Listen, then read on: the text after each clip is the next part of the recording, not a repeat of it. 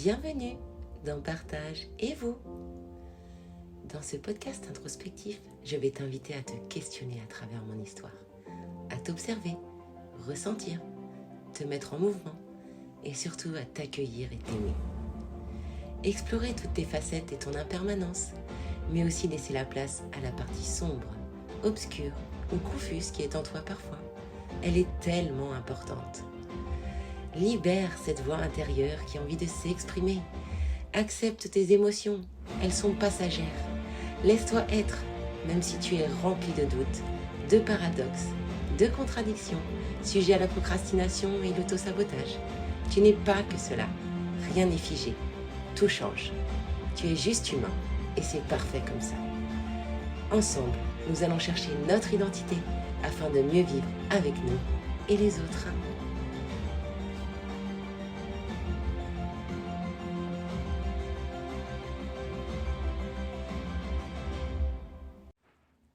Bonjour et bienvenue dans l'épisode 22. Ordinaire, ou comment un croissant peut t'enseigner. Alors ce sujet d'épisode m'est venu grâce à Vincent, qui adore le croissant ordinaire. Et ça m'a poussé une réflexion parce qu'on n'en trouve plus dans les boulangeries, ou très rarement. Ça se vend plus. C'est pas la viennoiserie vers laquelle les gens vont. Elle est simple, ordinaire quoi. Elle est moins grasse, moins sucrée. Il n'y a pas de chocolat, de pépites de chocolat ou de compote ou de décoration dessus. Et j'avais même oublié que ça existait pendant un long moment de ma vie, parce que j'en voyais plus dans les boulangeries. Et maintenant, quand j'en vois un, je l'achète direct, car mon chéri, il adore ça. Et aussi parce que, putain, qu'est-ce que c'est bon une bouchée de cette merveille. Et je suis même capable d'aller à Montargis, à 45 minutes de chez moi, pour lui trouver son croissant ordinaire, s'il n'y en a plus à la boulangerie de Moret-sur-Loing, qui est à 18 minutes, à l'amour. Bon, j'avoue que mon sens pratique et économe me fait appeler les boulangeries avant les déplacements quand même, mais bon. Et tout ça pour en venir à quoi ? Être ordinaire. Qu'est-ce que ça pouvait m'énerver et me contrarier avant ? Je voulais être spéciale, extraordinaire, la meilleure. Parce que être banal, commune, dans la norme, c'était impensable, dévalorisant et trop petit. J'étais en colère, je vomissais mon savoir, mon expérience. Je faisais semblant de comprendre les autres. Je m'imposais et j'imposais le perfectionnisme pour éviter d'être pas assez. J'étais rigide, contrôlante et envahissante. Je mentais beaucoup aussi, aux autres, mais surtout à moi-même. En gros, moi, je voulais être un super drop avec de la crème pâtissière, du chocolat, côté brillant et laqué. Alors, est-ce que c'était un jeu de mon ego, un besoin profond d'être aimé, d'être regardé, d'être vu ? Parce que ordinaire, extraordinaire, ce ne sont que des mots, des perceptions, des illusions. Et derrière tout ça, qu'est-ce qu'il y a ? On se pose toujours des tonnes de questions. Pourquoi, comment, qui, etc. Ça peut être utile de savoir pourquoi, en 2 mots, comment et qui est concerné. Mais ça ne suffit pas toujours pour être heureux et rendre les autres heureux. Regarde le croissant ordinaire. On sait pourquoi on n'en trouve plus, comment faire pour en trouver et où le fabriquer soi-même et pour qui il sera. Mais de savoir tout ça, ça ne règle pas le fait que là, au moment présent, t'as faim et t'as envie de ce croissant.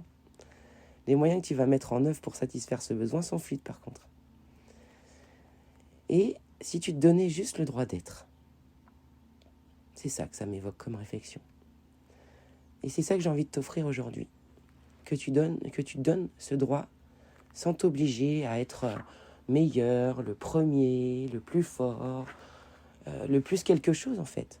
Que tu te donnes le droit d'être tout nu devant les regards des autres, sans besoin de porter un masque, sans t'enfermer dans un rôle, sans t'appuyer sur un accomplissement glorieux, mais en étant juste bien dans tes pompes, quoi. Parce que le droit d'être, c'est une solide présence à soi, qui fait que l'on se réfère à soi pour diriger sa vie, que l'on contacte sa propre expérience vivante pour se guider dans la vie. Cette acceptation totale et profonde d'être juste ordinaire, juste que l'on est, et que cela soit bien approprié, bien correct, c'est se donner le droit d'être. S'accepter vraiment dans tout ce que l'on vit et avec tout ce qui émerge de nous. Et c'est souvent une expérience neuve et sans aucun passé. En fait, depuis très tôt dans la vie, nous sommes branchés en fait dans la relation avec les autres et sur le besoin d'être acceptés par eux, tout en négligeant en fait ce qui devrait être à la racine, s'accepter soi-même. Et peu importe si tu es un croissant, un pain au chocolat ou un chausson aux pommes, ce ne sont qu'une infime partie des aliments, représentation et image de la nourriture. Un croissant, il ne se demande pas s'il est le meilleur qu'une chocolatine. C'était pour un peu... S'il y a des gens du Sud qui m'écoutent. Donc le croissant, il ne se demande pas s'il est meilleur. Il remplit sa fonction, il est utile, point. Et je pense souvent à ça dans différentes situations. Par exemple, quand je suis en nature, je vois un arbre, une fleur, et je me dis ensuite, je suis moi, je fais au mieux avec mon environnement, ce que mon corps et ma tête me disent, avec mon ambition aussi. Alors oui, je ne suis pas toujours satisfaite. Je ne fais pas toujours les bonnes choses. Il m'arrive encore de comparer, de me comparer, de juger, de me juger, de vouloir plus, de m'en vouloir plus. Mais cela ne m'empêche pas de vivre le moment présent et d'être en gratitude de pouvoir respirer. J'évolue et je grandis comme cet arbre qui pousse et traverse les saisons. Il a besoin de perdre ses feuilles aussi. Et surtout, de nouvelles viendront. Et je fais souvent cet exercice dans ma journée, à différents moments. Et souvent ordinaires d'ailleurs ces moments. Que ce soit en mangeant, en prenant ma douche, en travaillant, en discutant ou en faisant rien. Je me concentre sur ce que je fais, ce que je vis. Et j'agis en pleine conscience et lentement. Par exemple, je mâche pleinement ma nourriture. Je cherche les épices, les textures, les réactions de mon corps quand je mâche. Je prends le temps de mâcher. Ou une pause entre les différentes bouchées. Juste le temps d'apprécier ce repas et ce moment présent. Dans une conversation, j'observe l'autre, sa gestuelle, son regard, ses mouvements. Je réponds avec des latences et des pauses lors des conversations. Ou parfois, je réponds pas. Je suis dans la pleine observation et écoute de l'autre. Et dans ma vulnérabilité aussi, car un dialogue, une conversation, c'est un échange de mots, de regards, de ressentis, de réflexions, d'émotions, mais surtout un échange d'énergie. Et me donner le droit d'être ordinaire, c'est cela qui me permet de continuer mon chemin vers l'amour de moi et d'être en meilleur lien avec les autres. Et ça, c'est de l'or. Peu m'importe aujourd'hui les outils, le temps, le contexte ou la personne en face de moi. Tout n'est qu'expérience et leçon. Et on peut avoir le meilleur tamis du monde et ne récupérer aucune pépite. Et on peut venir sans équipement à la rivière et tomber sur une pépite. Et je me demande du coup, est-ce que la réponse serait l'intention, d'ailleurs. Je vais en faire un autre épisode de podcast parce que j'adore ces sujets, l'intention. Donc voilà ce que je voulais te partager aujourd'hui. Et je profite de cet épisode pour te dire que j'ai complètement revu mes accompagnements, les prix, les durées. Et j'ai ouvert la possibilité de vivre une immersion chez moi, ainsi que des séances de coaching à l'unité. Je m'étais enfermée par peur dans un programme que je maîtrise, mais je me suis limitée. Et aujourd'hui, je me donne le droit d'être. Je comprends que la puissance et la réussite de mes coachings résident dans ma relation à l'autre, ma compréhension, mon écoute et l'amour que je porte, et non dans le fait de nommer, projeter, donner des outils ou prouver ma compétence pour être extraordinaire. J'accepte le fait d'être ordinaire et d'avoir des capacités qui seront des perceptions différentes chez les autres. Et je sais qui je peux accompagner et quels sont mes domaines de prédilection. Mais c'est aussi rester dans un confort et ne plus être dans mon or. Donc oui, je t'accompagne pour renouer avec ton corps. L'accepter, l'écouter, l'aimer. Et que cela passe par une perte de poids, l'arrêt de la culpabilité, de la comparaison et des régimes, ou une sortie de la honte d'être boulimique ou hyperphage. Je sais ce qu'il faut faire et travailler pour retrouver ta vitalité, pour te faire maigrir, te réapprendre à manger, même si ça doit passer par te faire des plans de nutrition s'il faut au début, pour que tu deviennes ensuite autonome et que tu parviennes à ton objectif.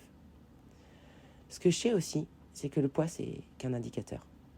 Le rejet de son corps, le surpoids, les troubles alimentaires, ça cache beaucoup d'autres choses, comme une mauvaise estime de soi, la peur d'échouer ou de réussir, et ou perdre son identité. Ça peut aussi être une protection une coupure ou une gestion des émotions non adaptée aux situations, voire une insensibilité. On peut trouver des tas de raisons en fait. Alors si tu as besoin, je t'accompagne vers l'amour de toi. Et que celui-ci passe par le fait d'aimer ton corps, de travailler ton mental, trouver tes valeurs, de la clarté, tenir un objectif, avoir une meilleure communication, te sentir plus relax face à différentes situations ou d'autres objectifs d'ailleurs. Si tu sens que je suis la personne qui pourra te permettre de t'aligner et de t'accompagner dans l'atteinte de tes objectifs, je vais te mettre le lien de mes réseaux sociaux dans le descriptif de l'épisode. Et je voulais aussi te partager le fait que je m'étais fixé 25 épisodes pour la première saison. Il en reste donc 3. Et le dernier sera le 25 novembre. Et j'avoue que depuis un mois, je pense souvent à arrêter mon podcast. J'ai beaucoup moins d'écoute, le sentiment que c'est pas forcément utile pour les autres. Et que c'est pas assez en fait, tu vois. Je m'étais encore enfermée dans ce truc de vouloir un podcast super utile, super écouté. Je voulais que ça soit extraordinaire. Et cet épisode me fait réaliser que non, mon podcast, il est ce qu'il est. Il peut être ordinaire et je suis ordinaire. Et c'est pas ça qui est important. C'est ce qui m'apporte au quotidien et les défis ou les challenges qui va pouvoir me permettre. Et là, j'ai envie de faire une nouvelle saison, une saison 2, donc à partir de janvier 2023, parce que j'ai envie de faire une pause d'un mois. En plus, décembre, voilà, c'est les fêtes, il y a mon anniversaire, il y a un tas de choses. Et j'ai envie de faire une nouvelle saison avec des invités, des épisodes flash aussi, donc plus courts, des séances de relaxation, de respiration, d'état de conscience modifié. Ou avec des sujets imposés par mes auditeurs aussi.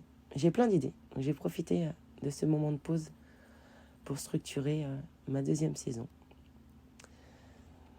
Et tu me retrouveras dans ce nouveau modèle en janvier 2023. Et en attendant, il reste 3 épisodes jusqu'à fin novembre qui seront dans la même dynamique que celle que j'ai aujourd'hui, donc d'utiliser un événement ou une pensée, une émotion ou une prise de conscience pour te partager en fait ce que je vis, ce qui me permet de me transformer, d'avancer sur mon chemin ou ce qui m'empêche d'avancer d'ailleurs. Voilà. Je te souhaite une merveilleuse journée et à bientôt. Si tu as trouvé cet épisode intéressant ou utile et qui peut l'être pour quelqu'un d'autre, n'hésite pas à le partager. Je t'invite aussi à t'abonner et à mettre 5 étoiles sur les plateformes d'écoute afin que mon podcast soit plus visible. N'hésite pas à me faire des retours, ils sont très importants pour moi. Si tu souhaites échanger sur l'épisode, me poser des questions, que tu as besoin de parler ou te libérer sur un sujet particulier, tu trouveras le lien de mes réseaux sociaux sur le descriptif de l'épisode. Tu peux me contacter en privé si tu souhaites plus de confidentialité. Je te remercie pour ton écoute attentive et je te dis à bientôt. Affectueusement, Laetitia.